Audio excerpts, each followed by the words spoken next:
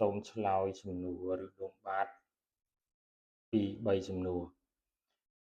សំណួរទី1គាត់ថាគាត់មានដុសសាច់ទូចមួយប្រវែងប្រហែលជាប៉ុនផ្លែធូប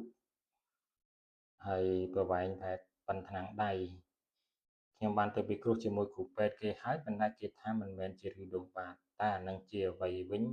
លោកគ្រូ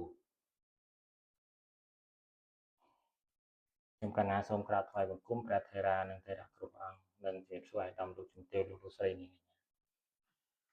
សំណួរតាក់ទងជាមួយនឹងសាច់ដែលនៅទ្វេលាមកនឹងទូចប៉ុនជើងធូបហើយវែងប្រ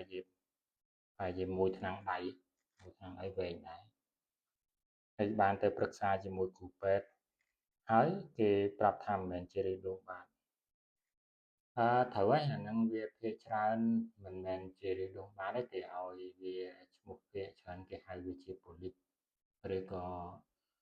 ជា skin take អីចឹងណាជាស្បែកធ្លាក់ក៏មានដែរក៏វាមានទូចអញ្ចឹងដែរស្បែកធ្លាក់ណាប៉ុន្តែត្រូវចាំថាចេះរាល់មានសាច់នៅទ្វេលាមកទាំងអស់មិនឲ្យតែមានសាច់គេហៅទៅដូងទេមិនមែនអញ្ចឹងទេវាមានជំងឺច្រើនមានជំងឺ4 5 6មុខណាដែលវាច្រឡំជាមួយនឹងជំងឺឬដងបាត់ហើយមានសាច់មានអីដូចគ្នាអញ្ចឹងតែគេមិនហៅឬដងបាត់ទេនិយមន័យរបស់ឬដងបាត់វាជាបណ្ដុំសរសៃឈា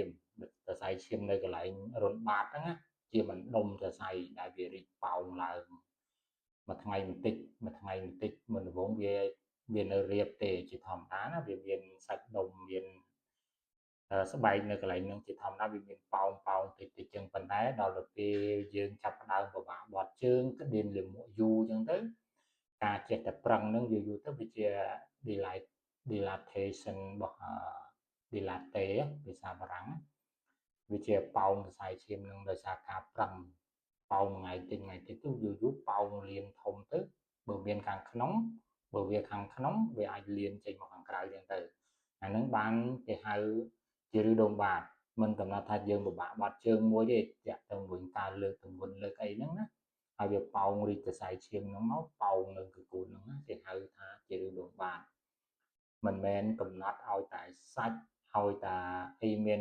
នៅកកូនហ្នឹងគេហៅឬដងបាតទេខ្ញុំឃើញគ្រូពេទ្យគ្រូខ្មែរហ្នឹងស្អីគេហៅឬដងបាតខ្នាយមន់ស្អីកងជុំអីនោះអាហ្នឹងអត់ទេពេទ្យវិទ្យាសាស្ត្រគេមិនកំណត់គេមិនកំណត់វាអីដូចជាគ្រូបុរាណអីចឹងណាប៉ុន្តែវាមានយមន័យរបស់វាមួយច្បាស់លាស់ឬដងបាតគឺជាបណ្ដុំសរសៃឈាមដែលប៉ោងឡើងបន្តិចរហូតដល់ធំនៅក្នុងគូតហ្នឹង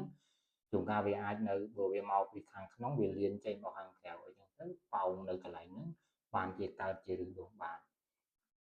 ជាធម្មតាណាអានឹងផ្នែកខាងវិទ្យាសាស្ត្រគេកំណត់ចឹងតែត្រូវចាំថាឲ្យតែមានសាច់នៅគូតមិនមែនហៅឬដងបាតទេហ្នឹងហើយជាចម្លើយខ្លីៗ